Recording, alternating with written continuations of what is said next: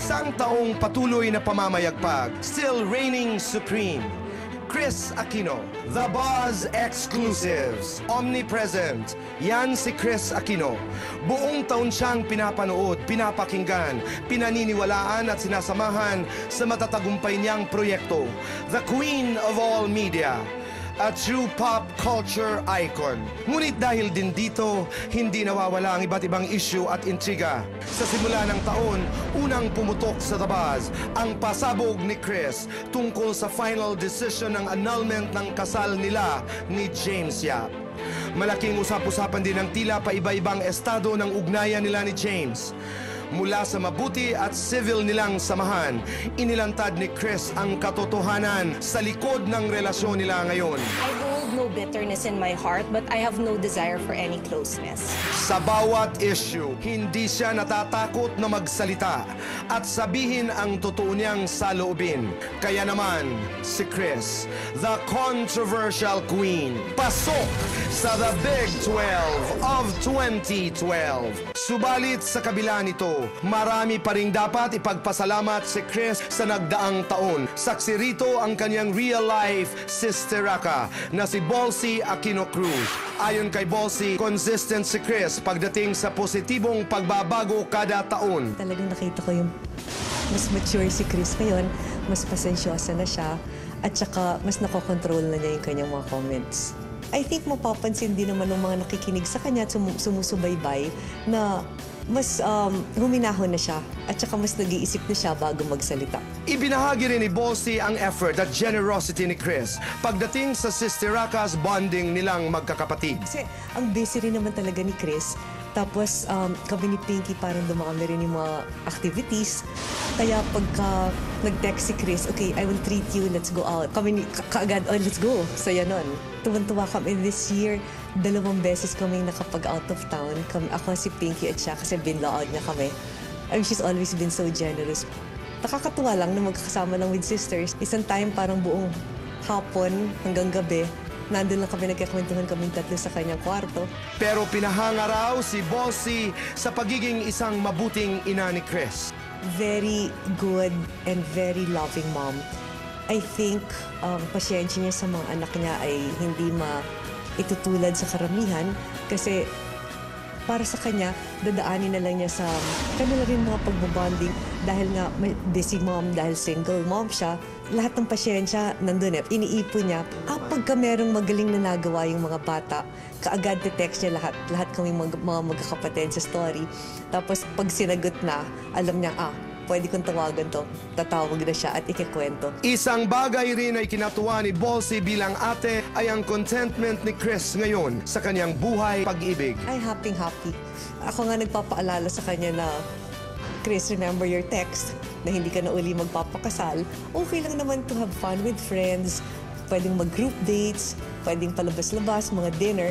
Pero siya mismo nagsasabi at tuwan-tuwa na siya with her 2 boys. And she herself said, na, you know, ate, mom is right.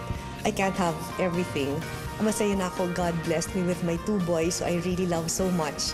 I shouldn't be greedy and ask pa for another husband. At saka kung happy na nga siyang single, ba't niya guguluhin pa yung buhay niya, di ba? At sa huling malaking pasabog ni Kris sa 2012, excited na rin si Ate Bolsy. Excited nga kami dahil for once, hindi horror, no? Pero hindi ko akalain na matawa kami ng ganito. Talagang nakakatuwa nga. Tuwan-tuwa rin naman kami kay Ai, na tawag namin si Cuz, na cousin Ai. At saka si Vice, maski yata nagsasalita lang, talagang nakakatawa eh. What a nice group itong pinagsama-sama. Kaya nakakatuwa naman talaga. I think it's for everyone. Talagang go and see the Sisterakas. Sana talaga, Kris, mas magkaroon ka pa ng mga blessings para lalo kang makatulong. I wish you good health and again, more love for you. Kung sino gusto mong mahalin, bawa na rin ako. For the last time in 2012, ang matinding pasabog ng nag-iisang queen of all media, Kris Aquino, live! Ate said have fun, boy. I know. Naloka ako dun sa have fun with friends. No, at saka you usually remember the last line sa pag-ibig. Kung sino lang ilalove, go na. Wala Go eh, na. ate, wala talaga. Siguro kaya nila nasasabi yan ngayon, boy, dahil alam nila wala eh. No, at saka, siguro, no. Supportive talaga, Yes. di ba? In fairness sa Yes. ate ko. Kasi I think pag mahal mo ang isang tao, gusto mo lang talagang lumigay yung person. And also, what I heard was, this is a sister who will not define your happiness. Yes. Pag binabalikan natin, Chrissy, ang 2012, what are your best memories?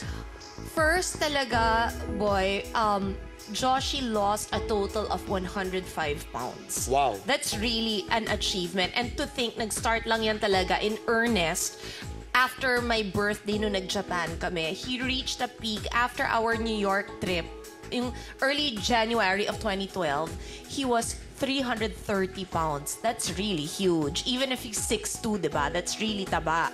Si Bim naman, syempre, we're so proud na he passed in Ateneo. But of course, I'll clarify kasi may ate said, klaruhin mo, baka ma-hurt yung Christian Brothers. We're gonna check Palasal Canlubang, which has a science-based curriculum. And then I'll decide after that. Wala pang desisyon. Kasi, oo. Pero proud na proud ako. Pero pupuntahan ko kasi merong parent seminar for grade 1 students. Tapos, Okay. boy, proud ako talaga kasi halfway through na kami doon sa 10 scripts namin for Kailangan Ko'y Ikaw. And proud ako dun sa performance Which ko. will be? January 21 na Shown. po. Okay, alright. Yes. And then boy, kasi ikaw ang parating nagsasabi sa akin na own your product. So finally, ngayon talaga, di ba, yung nangyari na sa Sister Rockas na we own a percentage of that. So nakakatuwa. That's good. Diba? That's good. No, but Chris Sure. TV did very well this Oh, year. yeah. Diba? You're Thank you blessed. for the earlier time slot. Yun ang talaga. sinasabi It ko really because, works. Chrissy, paano nabago ang iyong buhay? The president is your brother. You're doing well in your career. You are so public. What did you lose in the last few years because of who you are and because of who your brother is? I don't feel we lost anything, boy, but I gained a sense of responsibility. Like parang, di ba, na-realize ko kasi na hindi kailangan maging palaban parate. Na pwedeng meron kang mga pwedeng iset aside na lang. Or wag kang maging Ibalato. argumentative or yung or combative. Yung pwede talagang madaling mag-bridge ng I mga understand. differences. I Yun ang understand. isa sa mga bonggang natutunan ko talaga. And secondly, that everything is so temporary. So while you have it and while you're here, be the best that you can be. Pero Chrissy, lahat ng ito nangyayari, what happens to your heart? What happens to your love life? Alam mo nga, ang weird talaga. Kasi ngayon na hindi talaga ako interesado. Ang daming gustong ikontrabida ko at ini-insist na gusto ko. No, I'll tell you something. I did an interview with Danielle sa Bandila. Okay, my last question was, tatlo na lamang ang taong natitira dito sa mundo. Si Vi, si Ai, o si Chris. Sinong pipiliin mo? Sabi Pero ako niya, naman. sinabi niya, Naman, no? Chris Aquino. Hoy! Awayin ka tayo kaya ako Sabi hindi niya si ako. Chris Aquino. Naman, diba? At ang dahilan niya, Ai is committed. Of course, he was very polite. And Vi's ganda ka is committed. And Chris is free. So, I don't know. I don't know what he was trying to say. Ayoko na ng bata. Ayaw mo na. Gusto ko talaga na Bakit ayaw? matanda. Talaga? As Kasi in, yun ang gusto ni Bim. as in Bim matan- said, talaga, as in matanda. How yeah, old? kasi How Bim old? said, Mama, I'll accept a lolo. Really? Yeah. Really? Di ba nakakaloka yung anak ko? Like, Okay. Grandpa Max daw in Ben 10. Yun daw, kasi daw I won't kiss that lolo na. Every time I talk to people, kahit saan ako mapadpad na lugar, people would always ask, si Chris ba, meron ba talagang interes pumasok sa politika?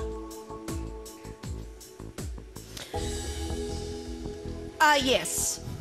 Obviously, it's a career path. But I'll only get into it if I know, boy, number one, that I'll be number one. Di ba? You're talking Parang, about the sorry. senatorial slate. Oo, Halimbawa, kung ano pag man, di ba? pinasok mo yun. Ganon. Nakakaya Okay. naman ko, hindi, di ba? Alright. Yung pangalawa, kung talagang sobrang selfless na ako at hindi na ako maluho. You know, I remember... Kasi kaya ko naman talagang pakikitungo sa tao, pakikisama, yung sipag, I have that. I don't have the simplicity yet. And I think to be a really good public servant, you need to be simple. I appreciate that. Let's be grateful. Magpasalamat ka sa sambayanan na Thank you sumuporta po. ng Sister Thank you Racas. sa lahat ng mga nanood sa amin. Maraming salamat po. for giving us this opportunity to make all of you happy. Thank you for my Flowers. flowers. Salamat, Christy. Oh, happy And- birthday to Nanay! Nanay, happy birthday. And Make sa your amin nanay naman, proud. Yes, Yes. make your nanay proud. Mula sa amin dito sa The Buzz. Thank you, At mula sa thank aking you. puso, you will always have my love. Thank you for wearing this. Maraming salamat. I love you I know so you're happy. much for that. Huwag po kayo maalis mga kaibigan dahil magbabalik pa po ang The Buzz!